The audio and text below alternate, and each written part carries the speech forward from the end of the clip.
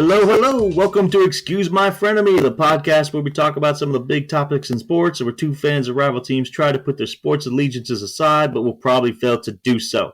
Thank you for taking the time to give us a listen. My name is Tom Brady, and with me, as always, is my co-host, Katie Cabrera. Katie, it's been a while. What's going on? Man, I'm just trying to get my life together lately. So, it's good to be back. Hopefully everybody is doing great. It's been quite a while, and it's going to be a little bit like that, a rough road, but let's jump right into it. Okay. This episode, we are going to discuss the Tom Brady rumors that seem to be, depending on who you talk about, either happening or not happening. And then we're going to talk about a sport that I don't believe we've ever talked about on the podcast before. We're going to dive into the Super Golf League that seems to be a big topic with golf right now.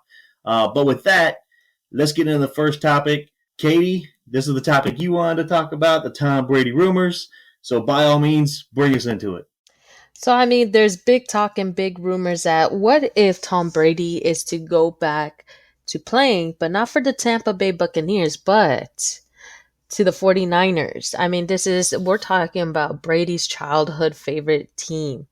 And it's something that he's been wanting to do in a while, but there's a lot of pros and cons in case this were to happen. And a lot of it's a lot of cons. There's a lot of reasons what's going to stop him from even going to that side. We already heard it. Tom Brady rumors of, actually, ever since he announced his retirement, there's just been a lot of speculation of what he's going to do next. So, a couple reasons why he wouldn't go back is going back to the same reason. The Buccaneers have him. So not only is it easy to say, hey guys, I'm going to go play over there now, it's more of the Buccaneers have to trade him or entirely let him go, which I honestly don't think it would happen. Brady, what are your thoughts on that? Well, like you said, as of now, he still is technically a Tampa Bay Buccaneer. So unless the Buccaneers help him out here, he's not going anywhere. Like you said, it would require either a trade or an outright release. But if you're the Buccaneers, you're definitely going to try to get at least something back for the world's greatest quarterback to ever play the game before you send him to an NFC rival. But it's kind of weird to me because when you were out, I had my buddy Benari Polton on, and he's a big Tampa Bay Bucks fan. And when I say that, I really mean he's just a Tom Brady fan who was cheering for Brady with the Bucks. But he was calling this shot initially saying Brady's coming, he wants to go home, and he's probably bringing Gronk and Wes Welker and anybody else that he could get convinced to come out of retirement for one last shot at glory. And my biggest hesitation on it was really from the 49ers point of view. And financially, because bringing Brady in, I know he's got a history of taking pay cuts, but he's not going to come out here and play for the league minimum. Let's be honest. So you're trying to save money. And when I say you, I mean the Niners are trying to save money for Bosa's contract coming up. Deebo Samuel's contract is coming up. So if you end up paying Tom Brady a significant amount of money, where are you going to work in those deals for those other two guys who are expecting to get paid? So I don't see it happening, but I will confess that if there's anybody who could do it, it would probably be Tom Brady. But what I want to know from your point of view, Katie, I'm going to take a shot and say this is right up your dream alley because you have Tom Brady. You've already said how much you love the Patriots, which by definition means you love Tom Brady. Because of Tom Brady, yes. And now you're in the Bay Area. You live with a 49ers fan. So even though you're a Seahawks fan, I'm willing to bet that you're wanting this to happen so bad because then you just get the love and appreciation of your fiance cheering for Tom Brady in her house. Am I correct? It sucks to say, but I am a bandwagon for Tom Brady. So yes, you're entirely correct. I would actually enjoy putting on a Niners shirt if it were to happen, if the trade would happen. But in this case, it's not going to happen. So, is Tom Brady really going to fall for scraps and be another rumor just like Aaron Rodgers? I say not. So it's not going to happen. Honestly, it would be pretty cool, but nah. I think Tom Brady's done. He's done. Well, you know what the ultimate ironic twist in all this is. What would What? be the one piece that the Buccaneers would probably have to be willing to take back if Tom Brady was going to come to the Niners? Oh God. It would probably be Mr. Garoppolo. So those two may be forever joined at the hip if this thing goes down. But to be fair, Garoppolo, there are worse places to go than Tampa. Now, Yeah. having said that, I think a lot of the free agents that were in Tampa were there because of Brady. So how crappy would it be for Garoppolo to go basically from a team that has one wide receiver, a respectable running game, and a pretty good defense to go clear across the country to replace the greatest of all time quarterback who has really one good wide receiver under contract in Mike Evans, respectable running game, and a pretty good defense. Because all the others free agents are probably going to be gone. They're not probably going to stick around for Jimmy G. They went there for Brady. They're not staying. I honestly, you are right about that. So I mean, jeez, I don't know. This is something we're gonna have to wait and see.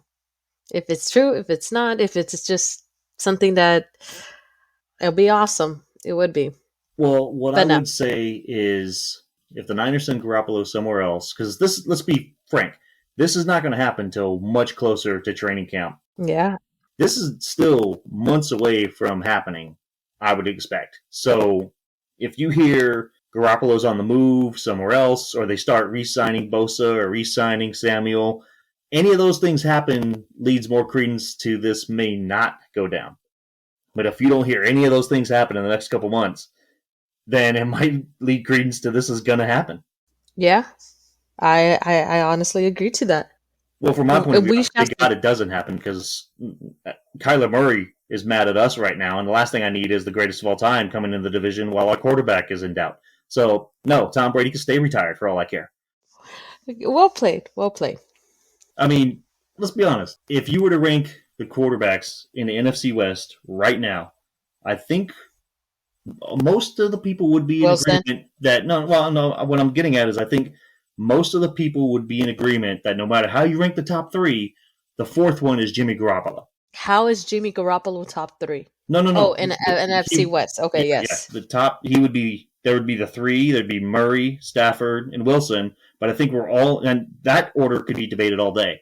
But I think most people would have been in agreement to say Garoppolo is solid fourth in that division. And even if they have Trey Lance, still solid fourth in that division. Yeah. You bring in Tom Brady. I'm sorry. I don't care what Russell Wilson, Kyler Murray, and Matt Stafford have done. Brady jumps to the top of that list. So then, theoretically speaking, I could probably make the argument that my team has the fourth best quarterback, and that sucks. I've been there before. I don't want to have the fourth best quarterback in the division.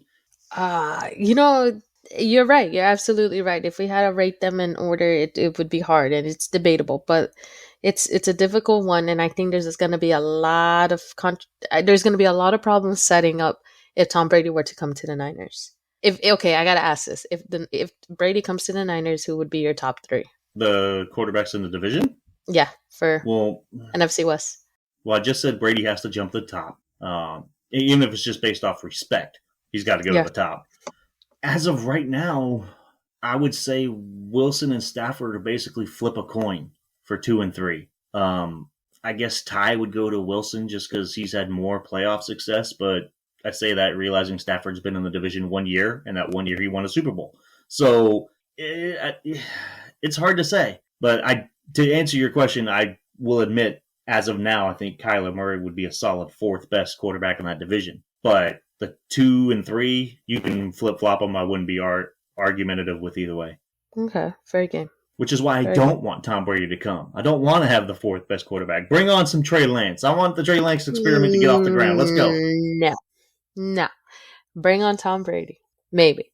And say that means 2 times a year you're going to absolutely hate your life because you're going to have the Seahawks playing Tom Brady. It's okay. We're going to make it. We're going to be fine. We're going to be fine. Is that you trying to convince everybody that it's a no-lose situation? Exactly. Yeah, I think you're lying to yourself. Okay, so Tom Brady may or may not be coming to the Niners, which may or may not be wrecking my hopes for the Cardinals in the future. But if he comes, it may only be for 1 year. Hoping. Well, okay, that's enough of Tom Brady talk.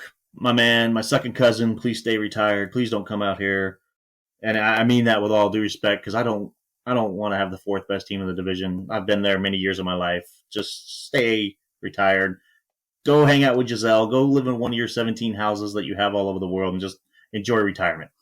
So with that, let's go ahead and move on to the next topic. Can we talk about something else?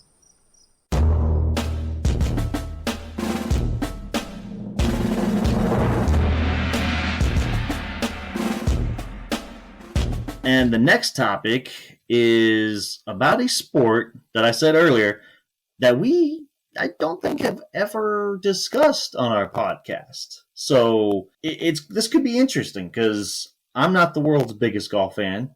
And if I'm not mistaken, I don't think, Katie, you are the world's biggest golf fan either, correct? Hell no. Okay. I will not stay tuned.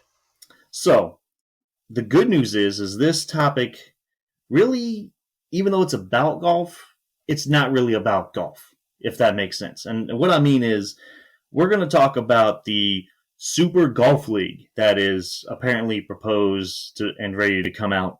Now, it's called the SGL for Super Golf League, but it really should be the Saudi Golf League because this league is going to be owned and financed by a public investment fund within the wealth and funding of Saudi Arabia.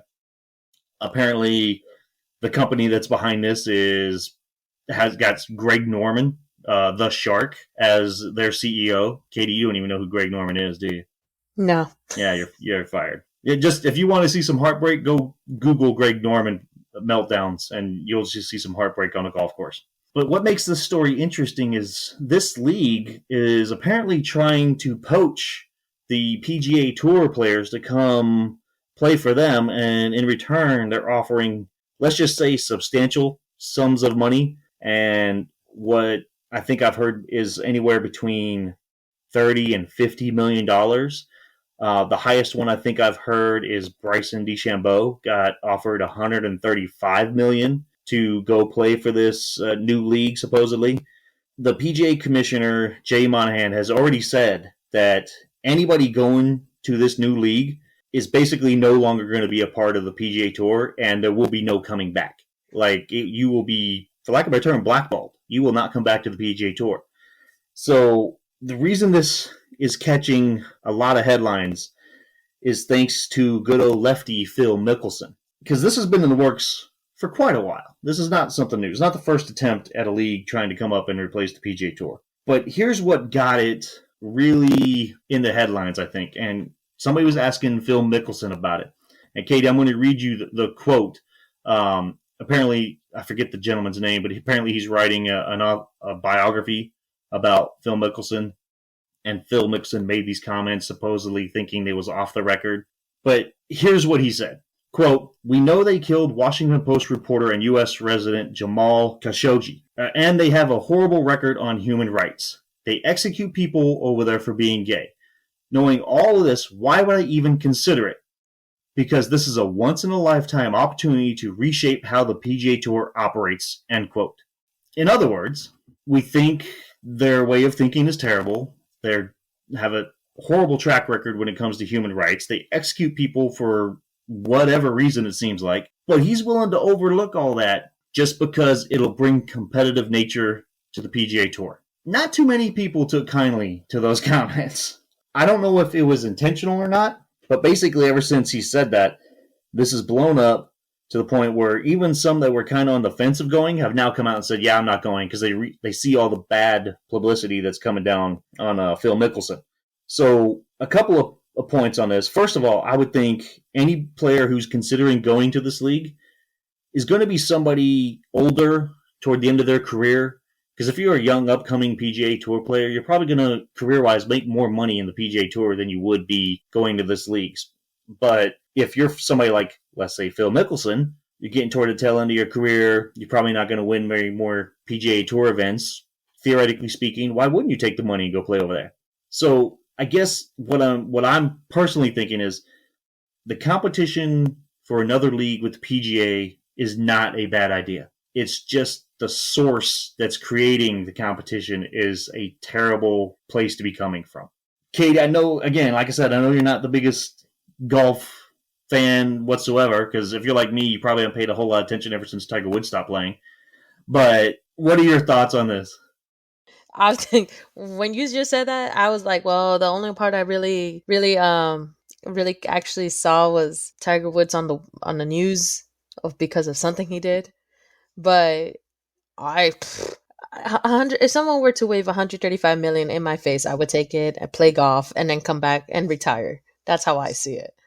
Really? So But you're willing to yes, look away from all the human rights violations and go for the money. Now, granted, 135 million to you is a lot different than somebody like Phil Mickelson. So I kind of very get it. that part. Yeah, That part is very true. Like human rights and everything, but it still plays a part now. But because I look at it like this: as big a problem as a lot of people had with China getting the Olympics due to their track record with um, human rights, this is even worse you're right. because this is literally take the money and run, and your morality be damned, for lack of a better term. Now, Katie, I'm not saying you morality be damned, because if we put it in perspective, like apples to apples, 135 million to Phil Mickelson, let's just say it might be 10 grand to you, ballpark.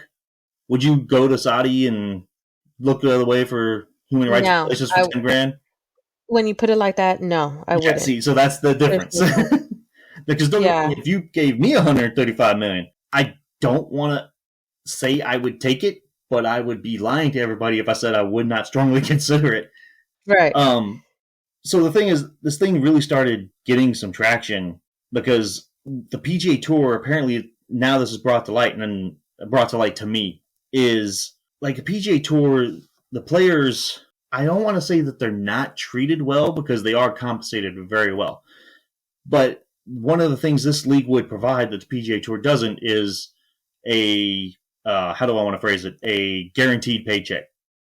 So no matter how you play, you get paid.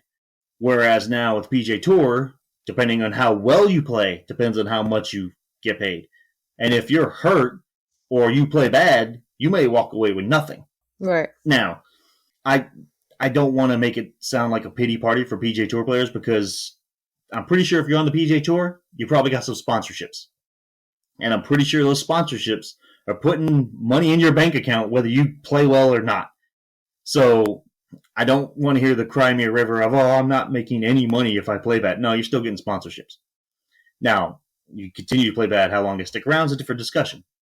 But I think that is the one aspect of this league that is bringing honest questions of, hey, this is the only sport I could think of where on a weekly basis, the amount of money you make is based off how you perform. I mean, because other athletes, yeah, they sign contracts, and if they play well, they get a bigger contract, but that contract is not in flux every week like PGA Tour is. So from that part, I kind of get it. I just think this was the worst place for this idea to be coming from. Yeah. Uh, it's a lot to think about when you're put into that perspective, but I don't know. I mean, it's like you said, for us, it's a different kind of value. So, Well, one thing I do find interesting is apparently this league was getting ready to say that they have a good number of players already, quote unquote, jumping ship. I think the last number I heard is they think they have about 17 guys. Now, after this all is blown up with Phil Mickelson, I'd be interested to see what that number has dropped to, if at all. But the one guy that I really wish I could give some truth serum to is Lee Westwood. And I don't know if you saw his quote. The reason I want to talk to him is because he kind of tap danced it, but then ended it with a bang by saying, I'm paraphrasing now, I don't know how much I should really talk about this because I've signed a non-disclosure agreement, which to me sounds like he's already on board.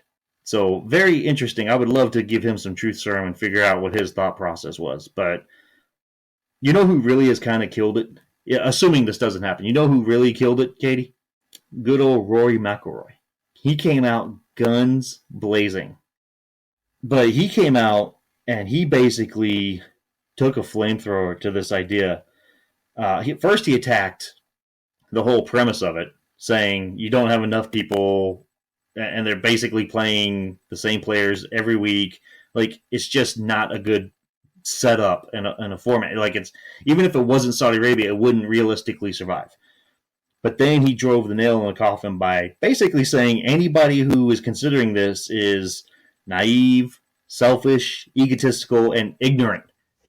And then he went on to say, well, he didn't want to kick somebody while they're down, but then he followed it up with those 4 words. So, hey, he basically gave everybody, with all due respect, when you right. say that, you think you can say whatever you want. He was like, I don't want to kick somebody while they're down, but basically you're a moron. Right. So, I mean...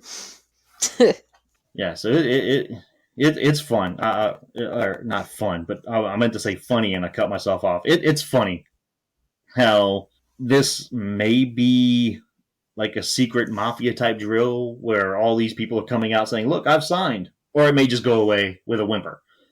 So it's going to be real interesting to find out how this develops. But I wanted to talk about that because, A, we never talk about golf, and B, this wasn't just golf. This seemed to be on a bigger point of view. So with that, folks, that's our episode for this week. I hope you enjoyed it. KC, if folks want to find more of you, where can they find you? You guys can always find me at KitKat1728. Brady, where can they find you? They can always find me on Twitter at Shawn_Brady82, or they could tweet the show at ExcuseMyFrenemy. And as always, you could also find us on Google by just typing in Excuse My Frenemy. Okay, Katie. Hope you had fun doing this, even though it was golf. I know it's not really up your alley, but now you know how I feel like when we talk about MMA. So we'll call it even. Hey, at least the MMA is a little bit more interesting. Yes, but not when you have Saudi government involved. That to me, I think for this one week alone has jumped in front of MMA as far as the interest level. Oh, man. So, all right, Katie. I'll catch you next time. All right. See you later, Shawn.